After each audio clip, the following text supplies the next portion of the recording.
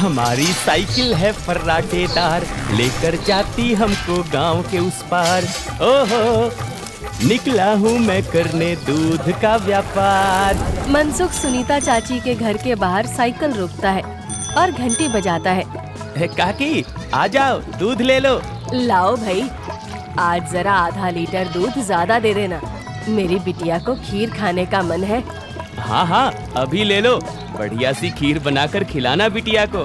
मनसुख फिर से साइकिल लेकर दूसरे घर दूध देने चला जाता है। अरे मनसुख भाई, ये लो तुम्हारे दूध के पैसे, आज महीना पूरा हो गया ना? हाँ दीदी, लाओ दो, आपका हिसाब एकदम साफ रहता है, आप एकदम समय पर पैसे दे देती हो। अरे मनसुख भैया, तुम गांव में सबसे सस्ता दूध देते हो और रोज समय पर भी आते हो, तो फिर हमारा तो फर्ज बनता है ना कि तुम्हें समय से तुम्हारे पैसे दें। अरे आपका धन्यवाद दीदी। अच्छा मैं चलता हूँ। हाँ, इस दूध वाले की ज्यादा तारीफ नहीं कर रही थी तुम? अरे तो और क्या, सच ही तो कह रही थी, मैंने कुछ गलत कहा क्या? अरे मनसुख इतना ईमानदार है बेचारा। पहले हम शहर से पैकेट वाला दूध मंगाते थे, वो कितना महंगा पड़ता है, और उसे लेने के लिए आपको इतनी दूर दुकान तक जाना पड़ता था। बेचारा मनसुख तो घर तक दूध दे जाता है और पैसे भी शहर वाले दूध से कम लेता है। और तो और। अरे बस बस भाग्यवान, और ना बताओ, मैं समझ गया कि मनसुख बहुत बेचारा और ईमानदार है। अब मुझे माफ करो और जरा एक कप चाय पिला दो। हाँ हाँ, अभी लाती हूँ। उधर मनसुख अपना सारा काम खत्म करके घर पहुँच जाता है। अरे आप आ गए, आज देरी हो गई। अरे पूछो मत, साइकिल का टायर रास्ते में पंचर हो गया था, उसे ठीक कराने में बहुत देर लग गई। ओहो, तो आप एक मोटर गाड़ी क्यों नहीं खरीद लेते? इस साइकिल पर काहे चलते हैं जब ये इतनी खटारा है तो? ताकि मैं भोला, सीधा और गरीब लग सकूं। क्या क्या मतलब? अरे अगर मैं मोटर गाड़ी से चलने लगा तो गांव वाले सोचेंगे नहीं कि इस गरीब दूध वाले के पास इतना पैसा आखिर आया कहां से? हाँ? कहां से क्या? दूध बेचकर और कैसे?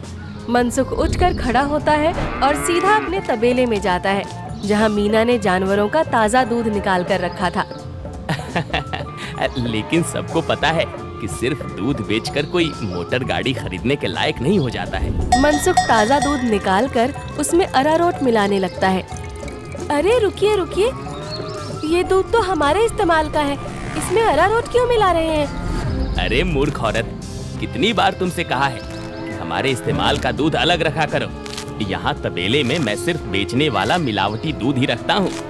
जी जी, माफ करिएगा, अभी हटा देती हूँ। गांव वालों की सोच के विपरीत मनसुख राम तो एक बहुत ही लालची और चालाक दूध वाला था।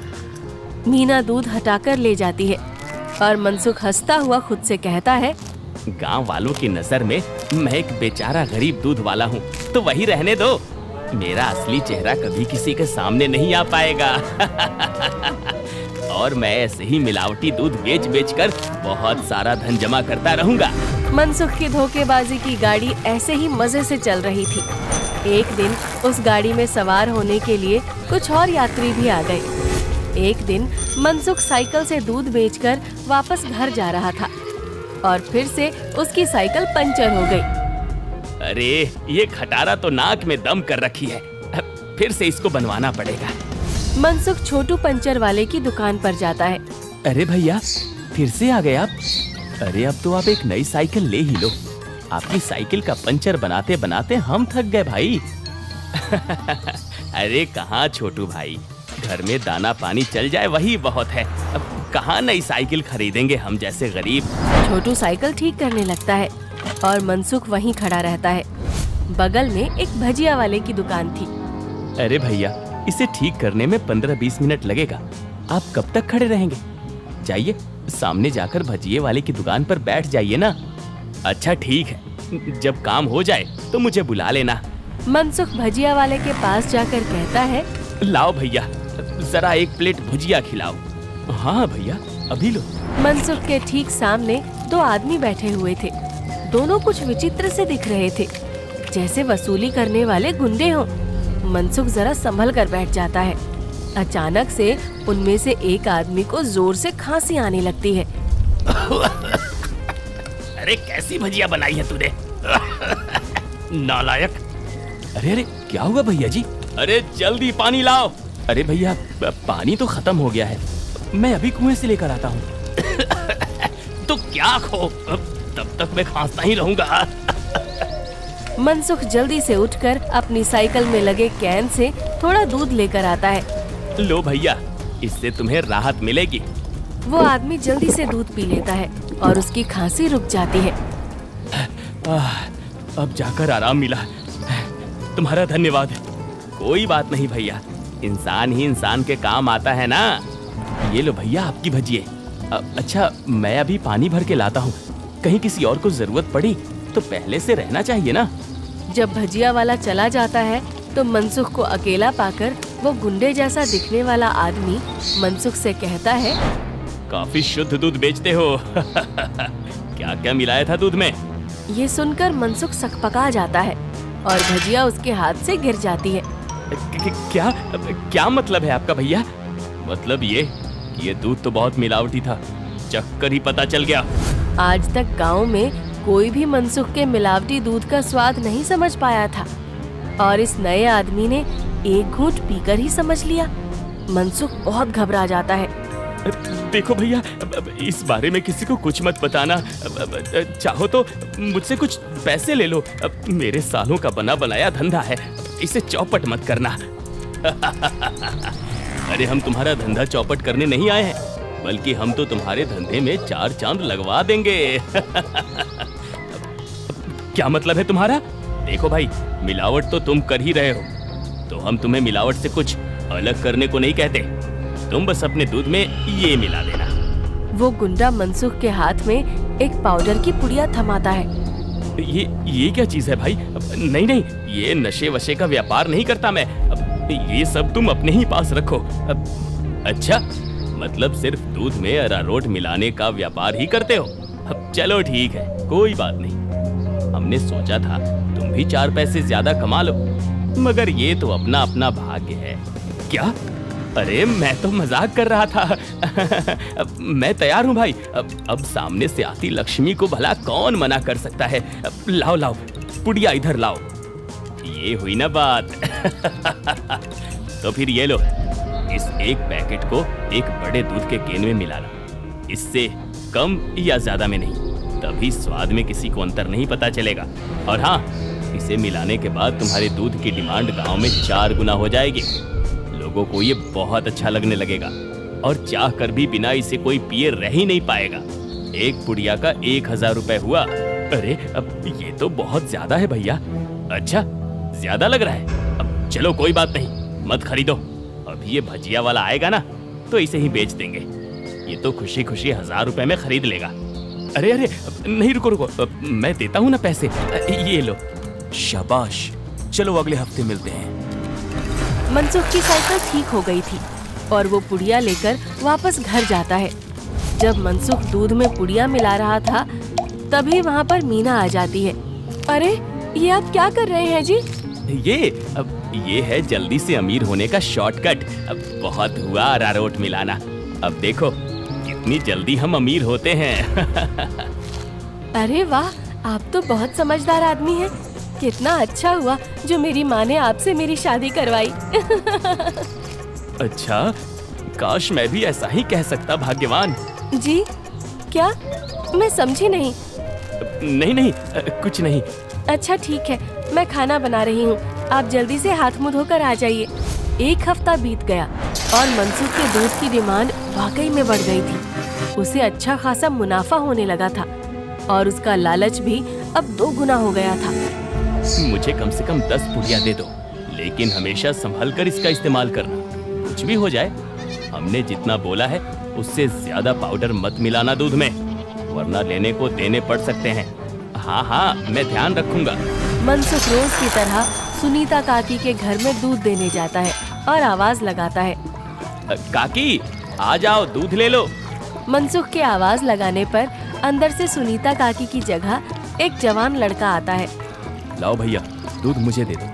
अरे आप कौन है? आपको पहले तो कभी गांव में नहीं देखा। अरे मनसुख, ये मेरा भतीजा है, अपने पिताजी के साथ यहाँ कुछ दिनों के लिए छुट्टी पर आया है। अच्छा, छुट्टी पर? अब शहर में क्या नौकरी करते हो भैया? शहर में क्या नौकरी करते हो भैया? मैं एक बैंक में मैनेजर हूँ। अच्छा, तो फिर यहाँ क्यों आए? मैं एक बैंक में मैनेजर हूँ। मैं एक बैंक में मैनेजर हूँ। अच्छा, छुट्टी पर। अब शहर में क्या नौकरी करते हो भैया? पुलिस में हूँ। पुलिस का नाम सुनते ही मनसुख घबरा जाता है और उसके हाथ से बर्तन छूट जाता है। सारा दूध नीचे गिर जाता है। अरे अरे, ये क्या हो गया? ये दूध कैसे गिर गया? वो गलती से हाथ से बर्तन फिसल गया था काकी। कोई बात नहीं, दूसरा दूध दे दो। अरे नहीं, आज तो दूध खत्म हो गया है काकी। मैं कल आता हूँ ना। अच्छा, अब मैं चलता हूँ। इतना कहकर मनसुख जल्दी से वहाँ से भाग जाता है। मनोज और सुनीता दोनों को मनसुख की ये हरकत बहुत अजीब लगती है। ये इसे क्या हो गया? इसने ऐसा तो पहले कभी नहीं किया। होगी जरूर कोई बात। खैर चलिए अंदर चलते हैं बुआ जी। आज तो बाल बाल बचा। कहीं उस पुलिस वाले को सच का पता चल जाता तो आज तो मैं गया काम से। बाकी की जिंदगी जेल के अंदर काटनी पड़ती। उफ। अरे क्या हुआ जी? आप ऐसे हाँफ क्यों रहे हैं? फिर से कुत्तों ने दौड़ा दिया था क्या? अरे चुप करो तुम। तुम्हारे ही बोलने की कमी है इस वक्त। अब जाओ यहाँ से। मेरे सर में दर्द हो रहा है। उसे और मत बढ़ाओ। क्या आप भी? मैं जब भी बोलती हूँ पता नहीं कैसे आपके सिर में दर्द होने लग जाता है। ओफो, तुम्हारे सामने आकर बैठना ही पाप है। मैं जा रहा हूँ यहाँ से। मनसुख गुस्से में घर से बाहर जाने लगता है और तभी वो देखता है कि सामने से मनोज चला आ रहा है। अरे दादा रे, ये वापस यहाँ क्यों आ रहा है? मनसुख जल्दी से वापस घर के अंदर भाग जाता है। देखा, नहीं रह पाए ना मेरे बिना। हाँ। अरे चुप करो तुम। जब देखो तब बकवास। क्या मैं अंदर आ सकता हूँ? जी आप यहाँ आइए आइए। हाँ, वो दूध गिर गया था ना, तो बुआ जी ने कहा कि आपके घर आकर दूध ले जाऊं। बड़ा विश्वास है उन्हें आप पर। मैंने कहा कि पास की किसी दुकान से जाकर दूध ले आऊं, लेकिन उन्होंने कहा कि मनसुख भाई के वहां से ही दूध लेकर आओ। अरे ऐसी बात है क्या? ये तो काकी का बड़प्पन है, वरना मैं तो बस मामूली सा दूध वाला हूँ। अच्छा, ऐसा लगता तो नहीं है। गांव में तो आपके बहुत चर्चे हैं। मैंने तो आज तक किसी आम दूध वाले का इतना नाम नहीं देखा है। मनसुख थोड़ा घबराता है और फिर मीना से कहता है, इन्हें चाय वाय पिलाओ, मैं इनके लिए दूध लेकर आता हूँ। ये शहर से आए हैं, बहुत बड़े पुलिस वाले हैं। अरे वाह, आप बैठिए, मैं अभी आपके लिए चाय लेकर आती हूँ। मनसुख तबेले में जाकर शुद्ध दूध निकालता है। अरे अब मैं क्या करूँ? इसे मिलावटी दूध कैसे दूँ? और अगर एकदम शुद्ध दूध दिया तो फिर सुनीता काकी को स्वाद अलग लगेगा। ये तो मैं अच्छा फंस गया हूँ। मनसुख सोच विचार में डूबा था और उधर मीना चाय बनाकर ले आती है। लीजिए, गर्मा गर्म चाय और पनीर के पकौड़े खाइए। मनसुख तबेले से बाहर आकर बहाना बनाता है। अरे आज इतनी गर्मी है ना, जो भी बचा हुआ दूध था वो तो फट गया। माफ करना, आप इतनी दूर आए और दूध ही नहीं बचा। अरे चलिए कोई बात नहीं, आज हमारे नसीब में आपके यहाँ का दूध नहीं लिखा है तो कोई बात नहीं। वैसे भाभी जी ने बहुत कमाल की चाय और पकौड़े बनाए हैं। एकदम शुद्ध दूध और पनीर का स्वाद था। अब मैं चलता हूँ। मनोज इतना कहकर चला जाता है। पीछे से मनसुख चिढ़ते हुए मीना से कहता है, अरे क्या जरूरत थी पकौड़े बनाने की? अरे केवल चाय देती ना, उससे ज्यादा स्वाद नहीं देना था। छी छी, कैसी बातें करते हो? मेहमान तो भगवान होता है ना। ओफो, तुमसे बहस करना ही बेकार है। गुस्से में मनसुख चला जाता है। मनोज के डर से कुछ दिनों तक मनसुख किसी को भी दूध देने नहीं जाता और बीमारी का बहाना लगा देता है। ये क्या चल रहा है दूध वाले? तुम हमसे पुड़िया क्यों नहीं ले रहे हो? कहीं किसी और से सौदा तो नहीं कर लिया? अरे नहीं, गांव में एक पुलिस वाला आकर ठहरा है। उसके रहते मैं मिलावटी दूध नहीं बेच सकता। कुछ दिन इंतजार करना पड़ेगा। क्या? अच्छा ठीक है, तब तो हमें मिलाना भी नहीं चाहिए। इसी तरह मनसुख और गुंडों का काम कुछ दिन तक ठप रहता है। एक दिन अचानक से मनसुख देखता है कि मनोज सवेरे ही बैग लेकर स्टेशन की तरफ जा रहा था। अरे आप वापस जा रहे हैं? हाँ भाई, मेरी आज शहर की वापसी की ट्रेन है। अगली बार आऊंगा तो अपनी तबीयत बढ़िया रखना, तब तुम्हारे घर का शुद्ध दूध और पनीर जरूर खाऊंगा।